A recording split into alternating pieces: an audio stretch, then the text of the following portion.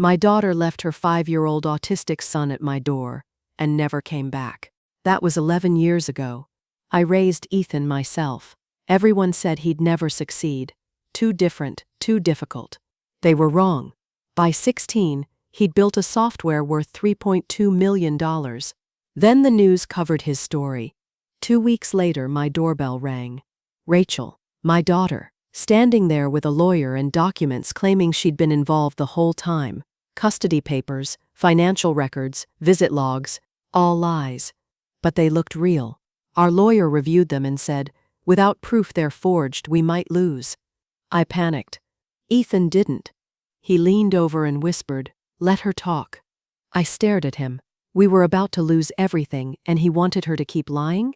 But he just sat there, calm, watching. And I had no idea what he was about to do. My name is Vivian. I am 68 years old, and this is my story. Before we continue, please leave a comment telling us where you're watching from, and subscribe to Never Too Old channel. We're creating a community of people who know that our best chapters can happen at any age. Now, back to the story. Rachel showed up on a Friday in November 2010 with Ethan and one backpack. "Just for the weekend, Mom," she said at my front door. "I need a break, please." Ethan stood beside her, 5 years old, staring at the porch floor. He rocked back and forth, heel to toe. His hands covered his ears even though we weren't making noise. "Rachel, what's—" "I'll call you Sunday." She was already turning away, walking fast toward her car. She didn't hug Ethan, didn't kiss him goodbye, just left. I watched her taillights disappear down the street. Ethan kept rocking. I'd taught elementary school for 35 years, had a few autistic students mainstreamed into my class over the decades, always with aides and specialists handling the hard parts. But standing there with my grandson, I realized I knew almost nothing about actually living with it. "Hey, Ethan," I said softly. "Want to come inside?" He didn't look at me, didn't move, just rocked. I picked up his backpack. It was light, too light for a weekend stay. I opened the door wider, waited. After a minute, Ethan walked past me into the house, still covering his ears. The refrigerator hummed. He flinched. The heater clicked on. He pressed his hands tighter to his head. I closed the door as quietly as I could. He was already in the living room, crouched in the corner by the bookshelf. "Are you hungry?" I asked. "Nothing." "Thirsty?" He rocked faster. I went to the kitchen, poured water in a yellow plastic cup I kept for when he visited. Those visits were rare, maybe twice a year, always short. I brought the cup to him, set it on the floor an arm's length away. He stopped rocking, looked at the cup, then went back to rocking. That first night was worse. I made chicken nuggets and fries for dinner because Rachel once told me that's what he ate. Ethan took one look at the plate and turned away. I tried pasta. No, I tried a sandwich. He pushed it across the table. "What do you want to eat?" I asked. He hummed, a low sound in his throat, and stared at the wall. I gave him crackers. He ate 3. Bedtime was a disaster. I tried to help him brush his teeth and he screamed, not crying, screaming like I was hurting him. I stepped back and he stopped, but he was shaking. "Okay," I said. "Okay. You can skip it tonight." I put him in the guest room, tucked the blanket around him the way I thought kids liked. He threw it off. I tried again. He screamed. I left the blanket at the foot of the bed and backed out of the room. He didn't sleep. I could hear him humming all night, that same low sound over and over. I didn't sleep either. Saturday morning I called Rachel. No answer. Left a message. "Rachel, honey, call me back. I need to know what Ethan eats, what his routines are." She didn't call. I called again Saturday night, Sunday morning, Sunday night. Nothing. 1 week became 2. I took Ethan to the pediatrician. The doctor confirmed what I already suspected. "He's autistic, Mrs. Cooper. Has anyone talked to you about getting him evaluated?" His mother was supposed to handle that. The doctor nodded slowly. "Well, you're handling it now." I enrolled him in therapy. Speech, occupational, behavioral. I learned he needed the same breakfast every single day. Scrambled eggs, toast cut corner to corner, nothing touching on the plate. I learned the route to therapy had to be exactly the same, or he'd scream in the car. I learned not to touch him unless he initiated it.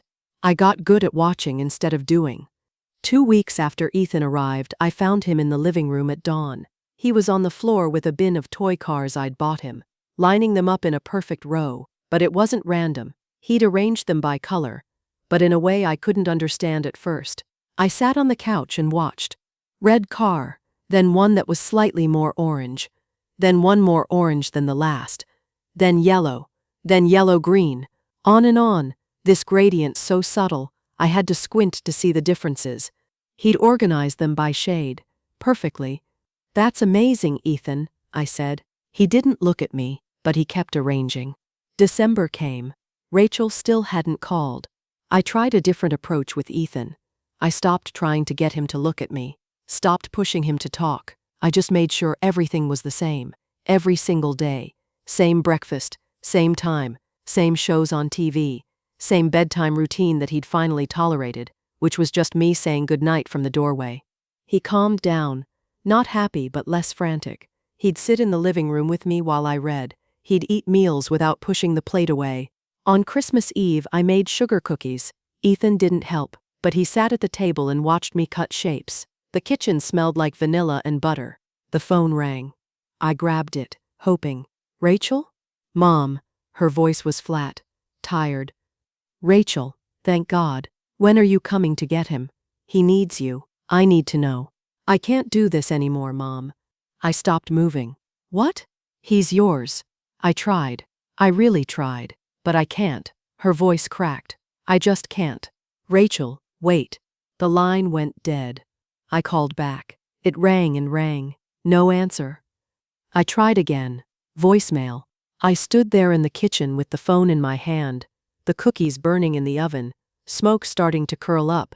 I turned off the oven, pulled out the tray. The cookies were black. I sat down on the floor, just sat there with my back against the cabinet.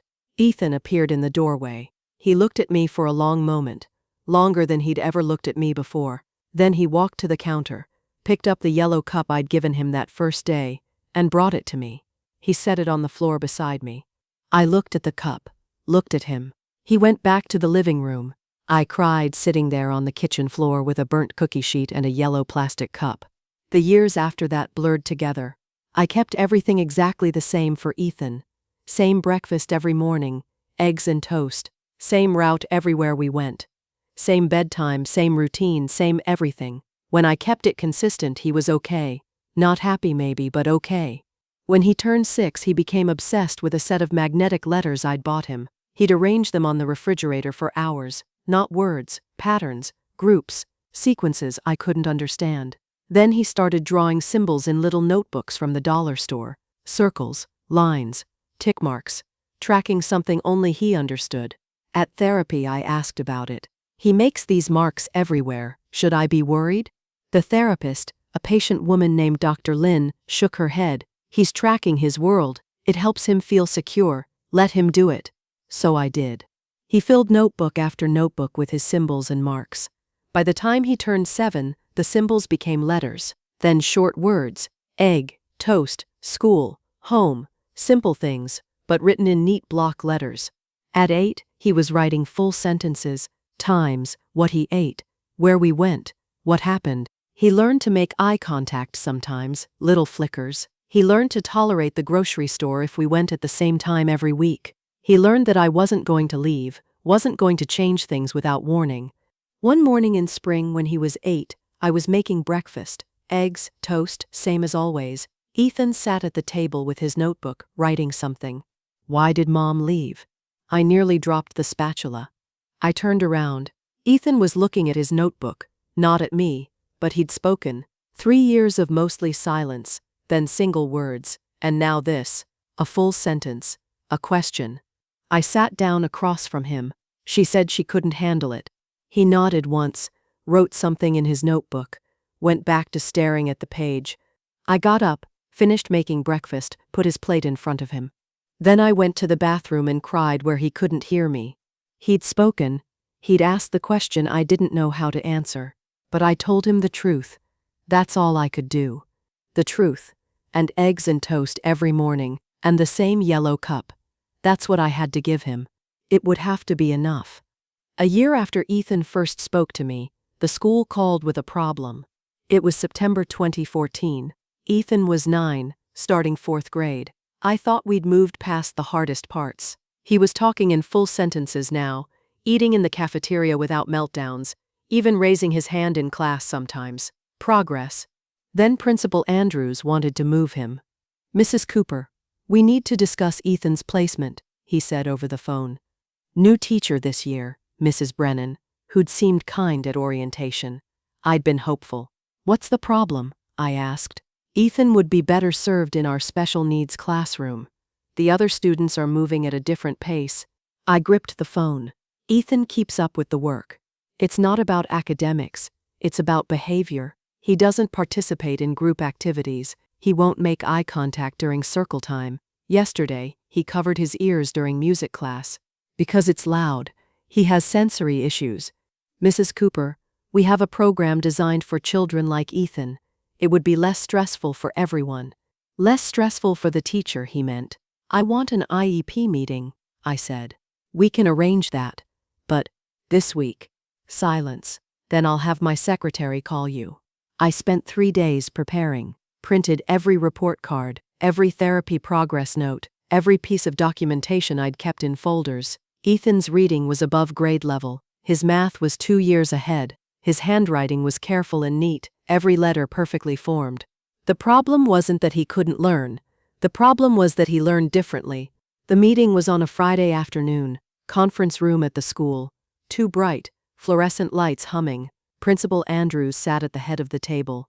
Mrs. Brennan next to him, school psychologist, special education coordinator, all of them with folders. I had one folder, but it was thick. "Thank you for coming, Mrs. Cooper," Principal Andrews said. "We want what's best for Ethan." "So do I." Mrs. Brennan spoke first, soft voice, sympathetic smile. "Ethan is a sweet boy, but he struggles socially. He doesn't interact with peers. During group work he sits alone. He refuses to participate." "Does he do the work?" I asked. She hesitated. "Yes, but education isn't just about worksheets. It's about learning to work with others, to communicate. He's autistic. Communication is harder for him, but he's trying." The special education coordinator, a woman named Ms. Pierce, leaned forward. "Our resource room offers a smaller setting, fewer distractions, students who understand his challenges." "Students who can't keep up academically," I said. "That's not Ethan." Principal Andrews used that principal voice, the one I recognized from my own decades in classrooms. Reasonable, patient, condescending. "We understand you want Ethan in a mainstream classroom, but we have to consider the needs of all students." "You're telling me Ethan is disruptive," I said. "Not disruptive exactly." "Then what's the problem?" Ms. Pierce opened her folder. "Ethan's social skills assessment shows significant delays. His IQ testing was inconclusive. He refused to finish several sections because they were timed, and that made him anxious. His therapist documented that." "Which brings us back to our point," Principal Andrews said. "Ethan needs support we can't provide in a regular classroom." I opened my folder, pulled out the first document. "This is Ethan's reading comprehension test from last month. 97%, 7th grade level." Next document. "Math assessment, 100%, 5th grade material." I kept pulling papers, stacked them in front of Principal Andrews. "These are therapy notes showing his progress in speech, in emotional regulation, in sensory tolerance. He's come further in 4 years than anyone predicted, not because he's in a special room with low expectations, because people believed he could do more." Mrs. Brennan looked uncomfortable. "It's not about expectations." "Yes, it is. You want him somewhere else because he makes you uncomfortable, because he doesn't perform normal the way you want normal to look." The room went quiet. Principal Andrews cleared his throat. "Mrs. Cooper, I understand you're frustrated. Under IDA, Ethan has the right to the least restrictive environment. That means mainstream classroom with appropriate supports, not segregation because he's different." I shouldn't have used that word, segregation, but I was tired of being polite. "We're not suggesting segregation," Ms. Pierce said quickly. "Just a more appropriate setting. Then provide the supports in his current classroom. Noise-canceling headphones for music, extra time for transitions, A quiet space if he gets overwhelmed. That's accommodation, not removal. They looked at each other. Principal Andrews sighed. We'll draft an IEP with those accommodations, he said finally. But if Ethan continues to struggle, he won't. I didn't actually know that, but I knew giving up on him wasn't the answer. That evening I spread all the meeting notes across the kitchen table, started organizing them into a 3-ring binder. Color-coded tabs for medical, educational, therapy, legal. My hands knew this work from years in classrooms. Ethan came in from the living room. He'd been watching his show, the same episode he watched every Friday. His yellow cup sat on the counter where he always left it. He stood watching me work. "What are you doing?" he asked. His speech had grown stronger over the year, more fluid. "Making sure the school can't forget what you can do." He moved closer, looked at the papers. "Can I help?" I glanced at him. "Sure." We worked together for an hour. I showed him how I was organizing everything. He studied my system, then pointed to the therapy tab. These should be sorted by date, then by type. Speech separate from occupational, separate from behavioral. I looked at where he was pointing. He was right. That made more sense. "Show me," I said. He rearranged the entire section in 10 minutes, created a system I wouldn't have thought of, logical and clean and perfect. I watched him work, his hands moving fast, completely focused. He understood organization on a level I'd never reach. Pattern and structure and order. It came naturally to him the way breathing came to other people. "That's really good, Ethan," I said when he finished. He nodded, didn't smile, but I could tell he was pleased. The next year, when Ethan turned 10, his speech therapist suggested a tablet for communication support, something to type on when speaking felt too hard. I saved up and bought him one for his birthday. He had it figured out in a day. Within a week he'd downloaded a scanning app, started photographing every page of his notebooks, creating digital copies. I watched him work, methodical and focused, preserving everything he'd ever written. "Why are you doing that?" I asked. "So I don't lose it," he said, not looking up from the screen. At therapy group sessions for parents, the other mothers would ask me questions during coffee time. How did I get Ethan to cooperate? What was my secret? How did I handle the meltdowns? "I don't handle him," I said. "I listen to him." One woman, Linda, whose son was 7 and nonverbal, shook her head. "But how do you stay so patient?" I thought about that. I guess I stopped trying to make him be someone else. I just try to understand who he is. She looked at me like I'd said something profound. But it wasn't profound. It was just the only thing that worked. Ethan started noticing patterns everywhere that year. We'd be driving and he'd say, "The traffic light on 4th Street is mistimed. It stays red 45 seconds longer than the others." I had no idea if that was true. At the grocery store, he'd look at the receipt and point out a pricing error. The apples were marked wrong, 3 cents higher than the shelf tag. He was right, every time. Once, at a parent-teacher conference that fall, Principal Andrews smiled at me while explaining Ethan's progress, but his eyes stayed flat, cold. In the car, Ethan said, "He doesn't like me." "What?" "No, honey.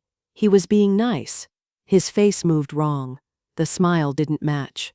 I glanced at Ethan. He was staring out the window, expression blank. "What do you mean?" When people really smile, the muscles around their eyes contract. His didn't. He was pretending. I drove in silence. Ethan was 10 years old, and he could read faces better than I could. By the time he turned 11 and started 5th grade, I thought we'd found our rhythm. Then Mrs. Huang called me at work one afternoon. "Mrs. Cooper, Ethan disrupted class today." My stomach dropped. What happened? I was teaching long division. Ethan stood up and corrected me. In front of everyone. Was he right? Pause. That's not the point. That's exactly the point. Was he right? Yes, but... Then he was helping. "Mrs. Cooper," he embarrassed me. "He needs to understand there's a time and place. He's 11. He sees a mistake, he corrects it. That's how his brain works." Another parent conference. Another stack of paperwork. This time they wanted to label him oppositional defiant. I brought 6 months of therapy notes. Dr. Lynn's assessments showing Ethan wasn't defiant. He was direct, factual. He didn't understand social hierarchies that said adults were always right even when they were wrong. He's not being disrespectful, I explained to the school psychologist. He's being honest. There's a difference. They agreed to drop it. Barely. That night, Ethan asked me a question while we ate dinner. Why do they want me to be different? I set down my fork. What do you mean? The teachers, the other kids, everyone wants me to act like I'm not me. I didn't have a good answer. Not really, because they're scared of people who see more than they do, I said finally. He thought about that, nodded once, went back to eating. A few weeks later, he asked if I had his birth certificate. Why do you need that? I asked. I want to see it. I found it in my file cabinet. He studied it for a long time, then asked for his school enrollment papers, his social security card, anything with his name on it. Are you okay? I asked. Is this about your mom? I just want to see everything. Make sure it's all there. I assumed he was processing what had happened, trying to understand why Rachel left, what his life looked like on paper. It made sense for a kid who organized the world in categories and files. I helped him scan everything into his tablet. Birth records, medical history, every legal document I had in the filing cabinet. He saved them all carefully, backed them up, created folders with labels I didn't quite understand. What are you building? I asked once. A system, he said, so nothing gets lost. I kissed the top of his head. Okay, buddy, whatever helps. I thought he was coping with his past. I had no idea he was preparing for his future. That future started taking shape the summer. Ethan turned 12. He'd been scanning documents for months by then, organizing everything into his tablet with a focus I'd learned not to interrupt. But in June 2017, he discovered something new. Coding. I found him at the kitchen table one afternoon with my old laptop open, staring at a screen full of text that looked like gibberish to me. Lines of words and symbols and brackets. What are you doing? I asked. Learning Python. He didn't look up. What's Python? A programming language. I'm following a tutorial. I leaned over his shoulder. The screen showed instructions about variables and functions and loops. None of it made sense to me. Is this for school? No, I just want to learn it. I left him alone. That's what worked with Ethan. Let him follow what interested him. He spent the entire summer on that laptop. While other kids were at baseball camp or the pool, Ethan was coding. I'd bring him lunch and he'd eat without looking away from the screen. His yellow cup sat beside the laptop, half full of water he'd forget to drink. By August, he was showing me things he'd made. Little programs that did tasks I didn't understand. This one sorts files by date, he explained. This one finds duplicates. This one checks if a file has been modified. That's really impressive, Ethan. He nodded, kept typing. In September, I used the last of my savings to buy him a better computer. A real one, not my hand-me-down laptop that took 5 minutes to start up. He'd earned it. The man at the electronics store asked what Ethan would use it for. Programming, Ethan said. How old are you? 12. The man smiled. That's a good age to start. You'll go far. Ethan didn't respond, just waited for me to pay. At home, he set up the new computer in his room. I made him promise to still come out for meals and to sleep at reasonable hours. He agreed, but I could tell his mind was already back in that world of code I couldn't enter. One evening in October, he called me to his room. I want to show you something. I sat on the edge of his bed. He pulled up a program on his screen. What is it? Watch. He opened a document, a simple text file with a few sentences. Then he ran his program. Numbers appeared on the screen, long strings of them. That's the document's signature, like a fingerprint. Okay, I said, not really understanding. He opened the document again, changed one word, saved it, ran the program again. Different numbers appeared. See? The signature changed. That means the document was altered. So you can tell if someone edits something? Yes, and when, and how many times. He looked at me, actually made eye contact for a moment. So things stay true. I thought about all those school meetings, all those times administrators had said one thing and then claimed later they'd said something else. All the times I'd wished I had proof. That's brilliant, Ethan. He turned back to his screen. It's just pattern recognition. Digital instead of physical. Just pattern recognition. as if that wasn't everything. The next year, when he was 13, the project expanded. "I want to digitize all your binders," he said one morning at breakfast. "The school meeting notes, all of it." I looked at him over my coffee. "That's a lot of scanning. We already did the legal stuff." "I know, but I want everything in the system." "What system?" "The one I'm building. So nothing gets lost or changed." I thought about it. Those binders held years of fights, years of advocacy, years of proof that Ethan wasn't what people assumed he was. "Okay," I said, "but you're doing the scanning." "My back can't handle that many hours hunched over." We spent weeks on it.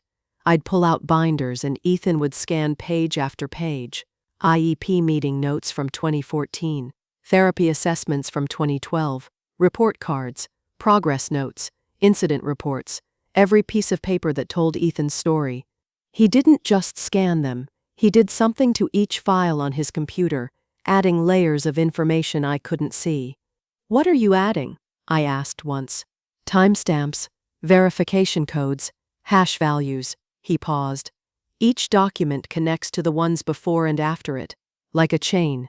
If someone tries to change one link, the whole chain breaks." "Why would someone change them?" He looked at me. "Why did Principal Andrews try to move me when I was 9? "Fair point. So this protects the truth," I said. "Yes." I watched him work. This kid who'd been nonverbal 7 years ago, who'd screamed at the sound of the vacuum cleaner, who couldn't look anyone in the eye. Now he was building something I could barely comprehend. Something powerful. "I'm proud of you," I said. He nodded once, kept scanning. Our relationship had changed by then. We didn't need a lot of words. I'd say something, he'd nod. He'd show me something on his computer. I'd tell him it was good. We had dinner together every night. Same time, same seats. His yellow cup always to the right of his plate. Comfortable, that's what it was. Comfortable silence with someone who understood you didn't need to fill every quiet moment with noise. He turned 14 in November 2018. One afternoon, he asked if I'd kept anything from when he first came to live with me. "Like what?" "Receipts, calendars, bank statements, anything from 2010 or 2011. I frowned. "Why would you want that?" "I just want to see it." I led him to the garage, showed him the boxes I'd never thrown away, because I'm not a throwaway kind of person. Old tax records, utility bills, bank statements going back a decade, calendars where I'd written appointments and errands in cramped handwriting. "You kept all this?" he asked. "I taught elementary school. We keep everything." He started going through the boxes, pulled out my 2010 calendar, opened it to November, ran his finger down the dates. "Why do you need this?" I asked. "I need to know what really happened, not what people say happened. What actually happened." I sat down on an overturned crate. "This is about your mom." He didn't answer right away, just kept looking at the calendar, at my handwriting marking the day Rachel brought him, the days after when I'd written try chicken nuggets and call Rachel and doctor appointment. "I need to know the timeline," he said finally. "When things happened, what was real." My chest tightened. He was processing it. The abandonment, the years without her, the questions he'd never gotten answers to. "We can scan all of it," I said. "Whatever you need." We brought the boxes inside, spent the next month scanning grocery receipts, bank statements showing I'd never gotten money from Rachel, phone bills proving she'd never called, calendars documenting our routine, our life, every ordinary day that proved she'd been gone. I thought he was building a timeline of his childhood, understanding his past through documentation and proof. "Why grocery receipts?" I asked once, watching him scan a faded slip from 2011. "They have dates. They show where we were, what we bought. They're evidence." "Evidence of what?" "Of what happened. Of what was real." I didn't push. If he needed this to heal, I'd help him. He started staying up later that year. I'd go to bed at 10 and hear the click of his keyboard through the wall. At midnight, I'd get up, make him a sandwich or cut up an apple, leave it on his desk without saying anything. "Thanks," he'd murmur, not looking away from his screen. Some nights I'd wake at 2 or 3 in the morning and see light under his door. "Ethan, you need to sleep," I'd say. "Almost done." He was never almost done. One night in February, I brought him tea at 1 in the morning, His room was cold, 3 monitors now, all showing different screens of code and documents and data. "What are you making?" I asked. He paused, turned to look at me. "Something that will help people know what's real and what's fake, what actually happened versus what someone claims happened." "That's really important to you." "Yes, because of your mom." He thought about that. Because people lie, and sometimes you need proof. I kissed the top of his head. His hair needed cutting. "Don't stay up all night," I said. "I won't." He did anyway. I'd find him asleep at his desk some mornings, head on his arms, monitors still glowing. I'd put a blanket over him and make breakfast. He'd wake up an hour later and come to the kitchen like nothing had happened. I was proud of him, proud of his dedication, his intelligence, his drive to create something meaningful. I just didn't understand what it was really for. I thought he was healing from the past. I didn't know he was building armor for the future. I'd find him asleep at his desk some mornings, head on his arms, monitors still glowing. I'd put a blanket over him and make breakfast. He'd wake up an hour later and come to the kitchen like nothing had happened. I was proud of him, proud of his dedication, his intelligence, his drive to create something meaningful. He'd ask me sometimes to test his programs. Click this button, tell him if the colors looked right, if the words made sense. I didn't understand what any of it did, but I could tell him if it looked finished. "Does it work?" I'd asked. "Yes." "Then what are you still working on?" "Making it better. Always better. Always more accurate. Always one more test. One more verification. One more way to prove what was real and what wasn't." I thought it was just a project, something impressive he'd put on college applications someday. I had no idea what he was really building. What he was building turned out to be something people would pay millions for. Ethan was 15 when he finished it, spring 2020. Middle of the pandemic, the world locked down and everyone suddenly living online. Ethan barely noticed the difference. He'd been living in his room with his computers for years already. "I want to show you something," he said one afternoon in May. I followed him to his room, 3 monitors, all showing different screens. He pulled up a program with a clean, simple interface. Nothing fancy, just boxes and buttons and text. "This is it," he said. "The verification system." "What does it do?"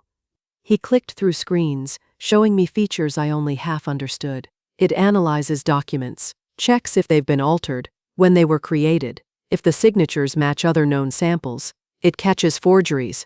I watched the program run through a sample document. Numbers appeared, graphs, analysis results.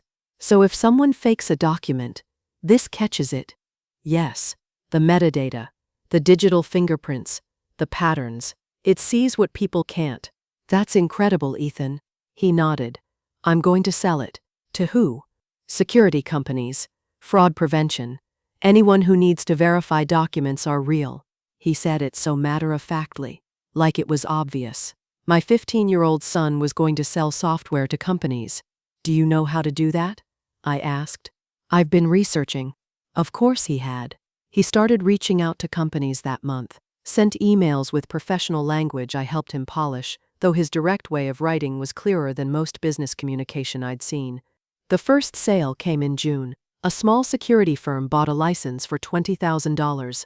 I stared at the number on the screen when Ethan showed me. 20,000? "It's less than it should be," he said. "But it's a proof of concept. Now I have a client." He was right. Once word got out that his system worked, other companies wanted demos. Ethan took conference calls in his room. That same calm voice he used with me, explaining technical concepts without dumbing them down. I'd listen from the hallway sometimes.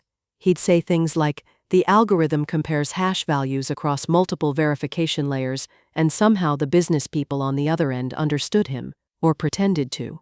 He turned 16 in November 2020. By January 2021, he had 6 more clients and enough money in his account to pay for college twice over. Then the big offers started coming. Tech companies wanted exclusive rights. Corporate fraud prevention firms wanted to license it for their entire operations. The numbers jumped from thousands to hundreds of thousands to millions.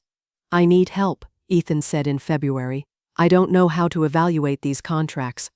I found a business lawyer through a colleague, James Nakamura. specialized in intellectual property and software licensing. He met with us on a Saturday morning at our kitchen table, spread out 3 different contract offers. "These are all substantial," he said, looking at Ethan. "You built something valuable." Ethan nodded. "Which one is best?" James walked him through the options: licensing deals that would pay over time, acquisition offers that would buy the software outright. Ethan listened, asked specific questions about terms and conditions and rights. "I want to sell it completely," Ethan said finally. "I don't want to manage licensing or support or updates, just sell it and be done." James looked surprised. "You're sure? Licensing could pay more long-term." "There's a non-compete clause in the acquisition," Ethan said. "If I sell it, I can't make competing verification software for 5 years. "That's standard," James said. "Does that bother you?" "No. I'm done with this kind of software." I glanced at him. He said it so definitely, like he'd already planned what came next. He sold it in March for $3.2 million. $3.2 million. I couldn't process that number. I'd worked 35 years as a teacher and made maybe half that, total, before taxes. The local news heard about it somehow. Wanted to do a story about the local autistic teen who'd created revolutionary security software. I didn't want them in our house, didn't want them turning Ethan into inspiration material, but he said yes. The reporter, a young woman named Kate, came on a Thursday afternoon. She set up in our living room, asked if she could film Ethan at his computer. "Can you explain what your software does?" she asked. "It verifies document authenticity through pattern recognition and metadata analysis," Ethan said, looking at the camera the way he'd look at anyone. "Direct. It catches forgeries that people miss." "What made you want to create this?" I tensed, but Ethan answered simply. "I wanted to know what was real. People lie. Documents don't, if you know how to read them correctly." Kate smiled. "That's very insightful. Do you have plans for what you'll do with the money?" "Not yet." She tried a few more questions, but Ethan's answers were short, factual, not the emotional human interest story she wanted. After 20 minutes, she thanked us and left.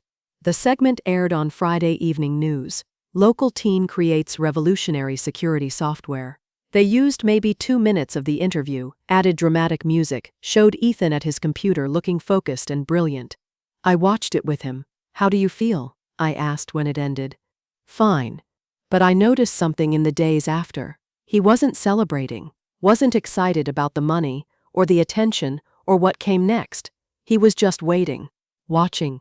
I'd catch him staring out the window sometimes, or sitting at the kitchen table with his yellow cup, not drinking, just holding it. "You okay?" I'd asked. "Yeah." But he wasn't. Something had shifted, some tension I couldn't name.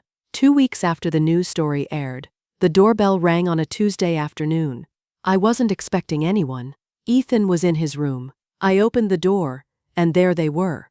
A woman in a gray suit, expensive looking, hair perfect. A man beside her in a dark suit, carrying a leather briefcase. The woman smiled. It didn't reach her eyes. "Hi, Mom." My stomach dropped. My hands went cold. "Rachel." She looked older, 11 years older. Lines around her mouth, tension in her jaw, but it was her. "Ethan," she said, looking past me into the house. I couldn't move, couldn't speak. My body had forgotten how. "I'm Stephen Walsh," the man said, "Mrs. Cooper's attorney. We'd like to speak with you about Ethan's situation." "His situation?" I managed. Rachel's smile got tighter. "Can we come in? This is important." I should have said no, should have closed the door, but I was frozen. Ethan appeared behind me in the hallway. He looked at Rachel. His face was completely blank. No surprise, no emotion, nothing. He just watched her the way he'd watched traffic patterns or pricing errors. Analytical, calculating. "Come in," he said. My legs moved without my permission. I stepped back. They came into my house, Rachel and her lawyer, and I felt sick. We sat at the kitchen table, the same table where Ethan and I ate breakfast every morning, where we'd organize school meeting notes and scan documents and planned his future. Now Rachel sat there, hands folded while her lawyer opened his briefcase. "Mrs. Cooper, we're here to discuss custody and financial guardianship," he said. Professional, smooth, practiced. My client, Rachel Cooper, has maintained parental rights to Ethan and wishes to resume active custody. Custody? I said. He's 16. Precisely, Walsh said. Still a minor, and my client never formally terminated parental rights. She's been co-parenting from a distance, maintaining contact through appropriate channels. That's a lie, I said. My voice shook. She hasn't called in 11 years. Rachel spoke then, soft voice, sad eyes that looked fake. Mom, I know you've done a wonderful job raising Ethan, but he needs his mother now, especially with the money and the attention. He needs guidance. He has guidance. Walsh pulled out papers, documents with official-looking seals and signatures. These show Mrs. Cooper's maintained legal parental rights. She's documented her financial support and communication over the years. She's entitled to custody and, given Ethan's minor status, management of his financial assets until he reaches majority. I looked at the papers. They looked real, professional. My heart was hammering. Those are fake, I said, but I had no proof. They're properly notarized and filed, Walsh said calmly, unless you can prove otherwise. I looked at Ethan. He was watching Rachel, his face still blank, but I could see something in his eyes, something I couldn't read. Ethan, I said quietly, what do we do? He looked at me for 1 second, then back at Rachel. We should get a lawyer, he said. Getting a lawyer turned out to be easier than using one. I found Linda Reyes, through a referral, family law attorney with 20 years of experience. She met with us 3 days after Rachel showed up, came to our house because I couldn't face going to an office. I brought every binder I had, years of school records, therapy notes, medical appointments, every piece of paper proving I'd raised Ethan. My hands shook the entire time I carried them to the kitchen table. Ethan sat quietly in the chair beside me, watching, always watching. Linda spread Rachel's documents across the table, the ones Walsh had presented. She studied them for over an hour, reading every page, checking signatures, examining the stamps. Finally, she looked up. Her face told me everything before she spoke. These look legitimate, she said carefully. Very professionally done. But they're fake, I said. She's lying. She hasn't seen him in 11 years. I believe you, but do you have concrete proof these documents are forged? I pulled out my binders. I have everything. Every school meeting, every doctor visit, every therapy session. Linda looked through them, nodded slowly. This is excellent documentation. It proves you've been the primary caregiver. But Mrs. Cooper, without hard evidence that her documents are fake. A judge might rule in her favor. Why? Because she never legally terminated parental rights. There's no court record of custody transfer. Schools and doctors accepted you informally, but, she paused, did you ever file for formal guardianship? The room went cold. I didn't think I needed to. She abandoned him. I know. But legally, without documentation of that abandonment, without her signing away rights, she's still his parent on paper.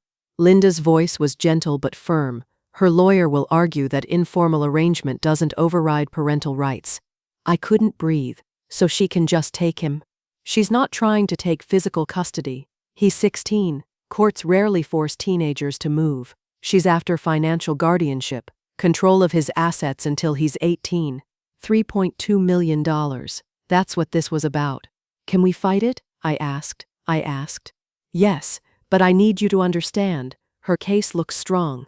She has documentation, a compelling narrative about maintaining involvement from a distance. Unless we can prove those documents are fraudulent, we'll lose. Linda didn't disagree. I looked at Ethan. He sat perfectly still, hands folded on the table, face blank. He wouldn't meet my eyes. Ethan, I said quietly, do you understand what's happening? Yes. Are you scared? He thought about that. No. How could he not be scared? I was terrified.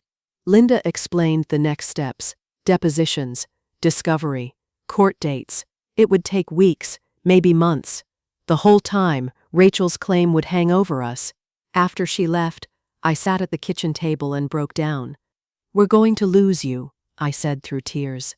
After everything, after 11 years, we're going to lose.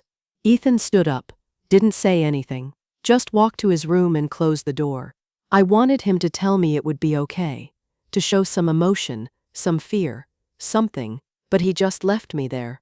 I cried alone at the table for an hour. The depositions started 2 weeks later. Rachel went first. She sat in the conference room at her lawyer's office, perfectly composed, hair styled, makeup subtle, wearing a soft gray sweater that made her look maternal. Walsh asked her questions. She answered smoothly. Can you describe your involvement in Ethan's life over the past 11 years? I've tried to maintain consistent contact, she said. Her voice was steady, warm, apologetic. I visited monthly when possible, sent financial support through money orders, called regularly to check on his progress. Why didn't you take physical custody? I felt it was better for Ethan to have stability with my mother while I dealt with personal challenges. But I never stopped being his mother. I never stopped caring. She provided dates, specific months when she claimed to have visited, exact dollar amounts she supposedly sent. December 2012, $300. April 2014, $500. On and on, a detailed financial record of support that never happened. I sat there listening, nails digging into my palms. Mrs. Cooper, why are you seeking custody arrangements now? Walsh asked. Because Ethan has significant assets that need proper management, and because he's approaching adulthood. I want to be present for this crucial transition, to guide him, to make up for lost time. She looked at me when she said it. Sad eyes, regretful smile. I wanted to scream, wanted to call her a liar in front of everyone. But Linda had warned me, stay calm, don't react, let her tell her story. After Rachel finished, Linda took me aside. Her testimony is detailed, consistent. That's very convincing to judges. It's all lies. I know. But can you prove it? I couldn't. Ethan's deposition was 3 days later. Walsh asked him questions about his childhood, about memories of his mother, about her involvement. Do you remember your mother visiting you? Walsh asked. I don't recall specific visits. Do you remember phone calls from her? I'd have to check my records. What about financial support? Did you know she was sending money? I don't remember receiving money from her. Walsh looked pleased. He thought Ethan's memory was poor, that it supported Rachel's narrative that she'd been involved, but Ethan, being autistic, simply didn't remember clearly. He had no idea. Linda asked Ethan questions too. Can you describe your relationship with your grandmother? She takes care of me, cooks meals, helps with school. She's always been there. Do you want to live with her? Yes. Do you want your mother to have control of your finances? No. Short answers. Direct. True. But they felt weak against Rachel's detailed lies. After the deposition, Linda drove us home. He did well, she said. But Mrs. Cooper, I have to be honest. Without evidence proving Rachel's documents are forged, this is going to be difficult. How difficult? We might lose. That night, I couldn't sleep at all. I lay in bed staring at the ceiling, thinking about Ethan being taken away, Rachel controlling his money, him turning 18 and being free, but those 2 years feeling like forever. At 3 a.m, I got up, saw light under Ethan's door. I opened it quietly. He was at his computer, 3 monitors glowing, lines of code scrolled across one screen, documents and data filled the others. Ethan, it's 3 a.m. He didn't turn around. I know. You need to sleep. Court is tomorrow. I'm almost done. Done with what? He kept typing. My records. I moved closer, saw spreadsheets with dates, files with names I recognized, my bank statements, calendar entries, phone records. Ethan, I don't know what to do, I said. My voice broke. I don't know how to fight this. He stopped typing, didn't turn around. Just tell the truth tomorrow, he said quietly. That's all you have to do. The truth isn't enough.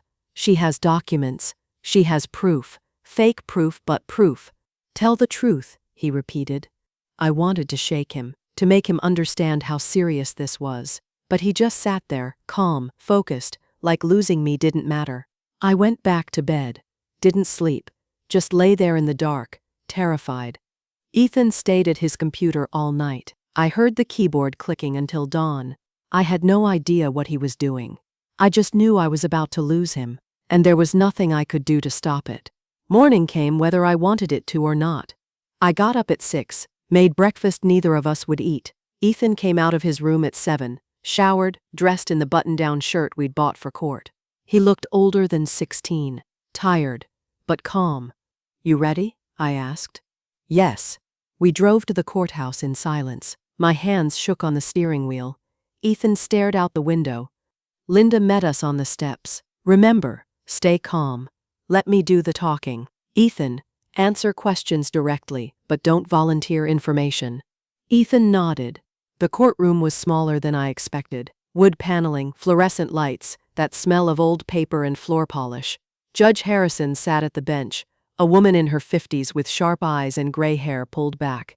Rachel sat at the front table with Walsh. She'd dressed carefully, soft colors, minimal jewelry, hair loose. She looked like a concerned mother.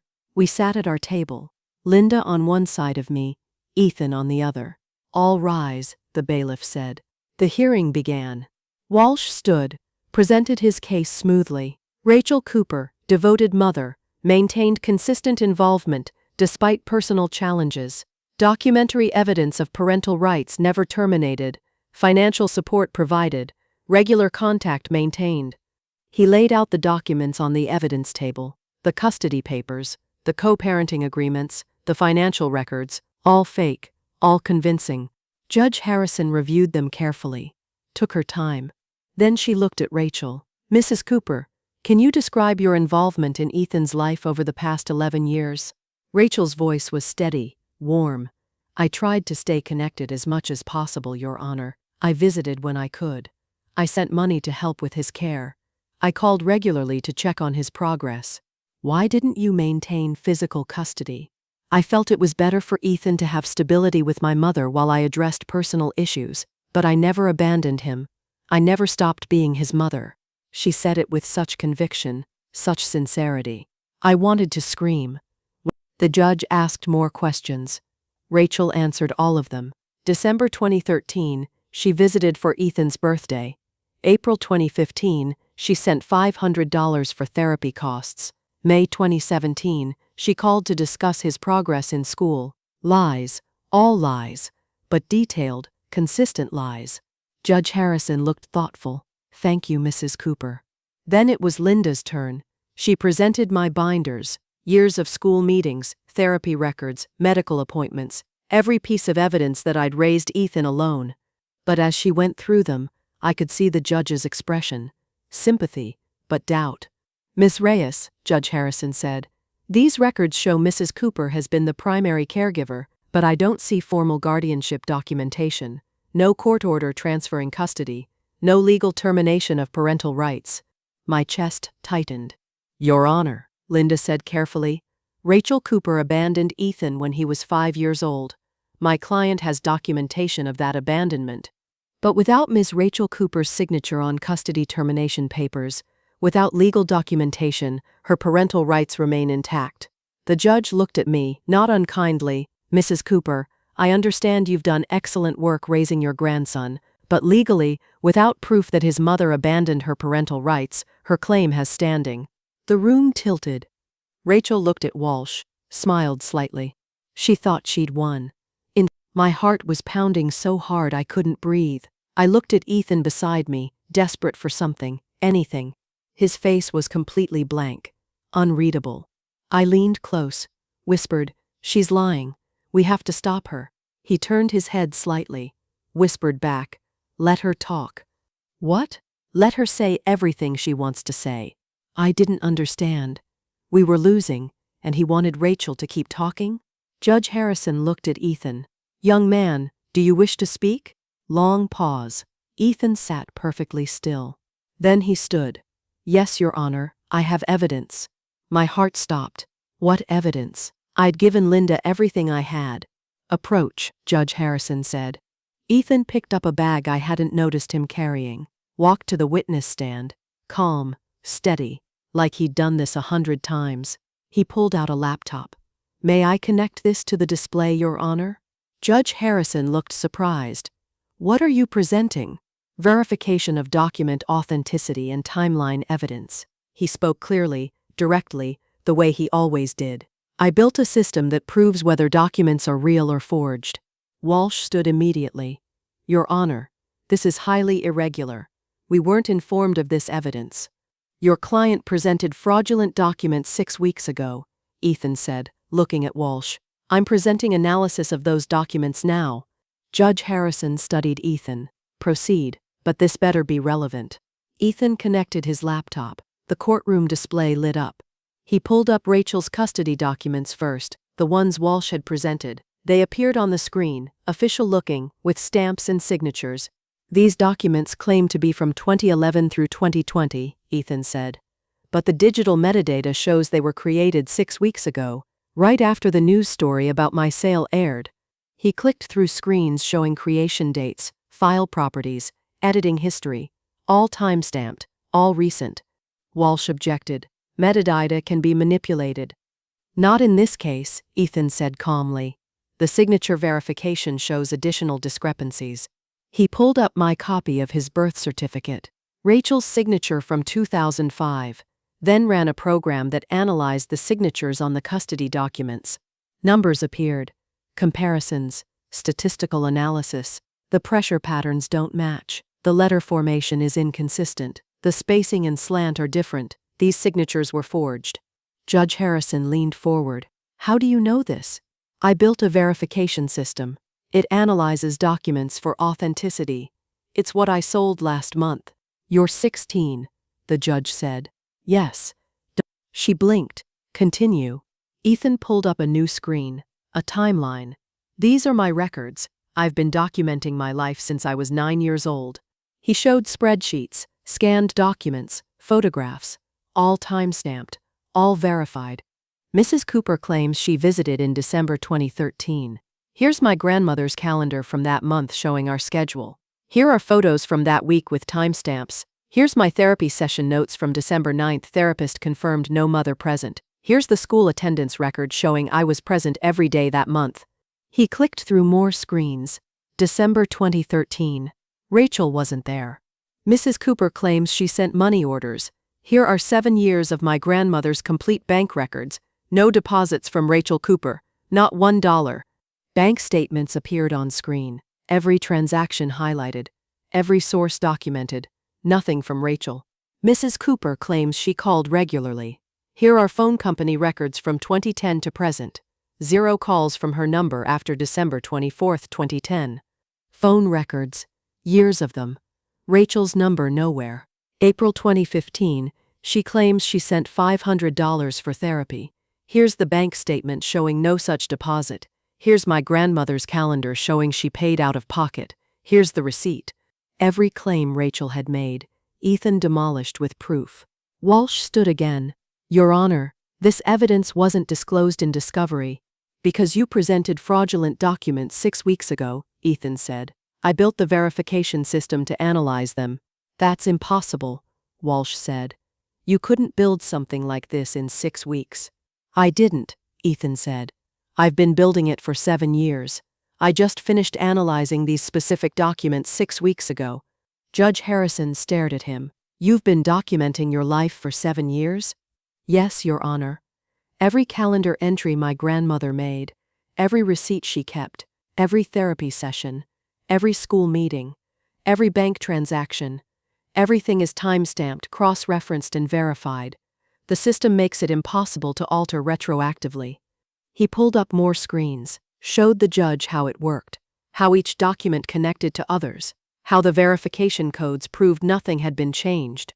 So when Mrs. Cooper says she visited monthly, sent money, called regularly, I can prove she didn't, because I have proof of what actually happened, what was real. The courtroom was silent. Judge Harrison looked at Rachel. Mrs. Cooper, can you explain these discrepancies? Rachel's face had gone pale. She looked at Walsh. The metadata could be wrong, she said. Her voice shook. The dates might be, I did visit, I did send money. When exactly? The judge asked. December 2013, I remember. Do you have proof, receipts, photos, anything? Rachel stammered. I didn't keep records. I was there. I know I was there. But you have detailed financial records of money orders sent. Yes. Those show. She was falling apart, contradicting herself. The confident mother from 20 minutes ago was gone.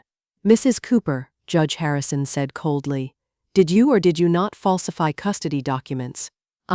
No. I mean, my lawyer said. Walsh looked sick. Judge Harrison turned to Ethan. This verification system, it's legitimate? Yes, Your Honor. I sold it last month to Anderson Security for $3.2 million. They verified its accuracy before purchase. The judge's eyebrows rose. Then she looked at the evidence again, at the timeline, at the proof that Rachel had been gone for 11 years. I've seen enough, she said. She ruled from the bench. No recess, no deliberation. Rachel Cooper, I find your testimony not credible and your documentation fraudulent. Full custody and guardianship is awarded to Vivian Cooper. Furthermore, I'm referring this case to the district attorney for investigation of perjury and fraud. Rachel made a sound like choking. This hearing is adjourned. The gavel struck. It was over. Outside the courthouse, standing in the afternoon sun, I finally understood. You knew, I said. You've been protecting us all along. Ethan nodded once, didn't smile, just nodded. 6 months later, things looked different. Ethan couldn't work in data security anymore. The non-compete clause from selling his verification system was clear, so he started a new company, software testing and quality assurance.